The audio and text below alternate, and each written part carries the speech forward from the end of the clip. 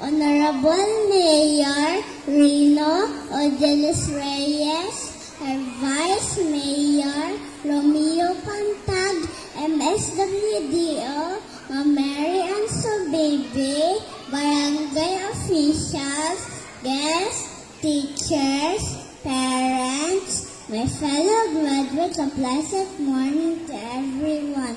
Our guest speaker is 24 years old, resident Subawang, Naga, Zamboanga, Sibugay.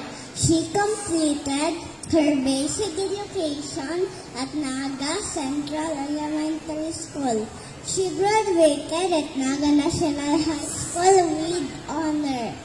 She earned her degree in a Bachelor of Science in Fisheries at Zamboanga State College in Marine Sciences and Technology, and rated as cum laude.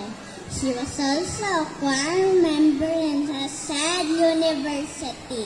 Presently, she devoted her passion and online teaching as English teacher. Let us all welcome Miss Kateme Mohsay.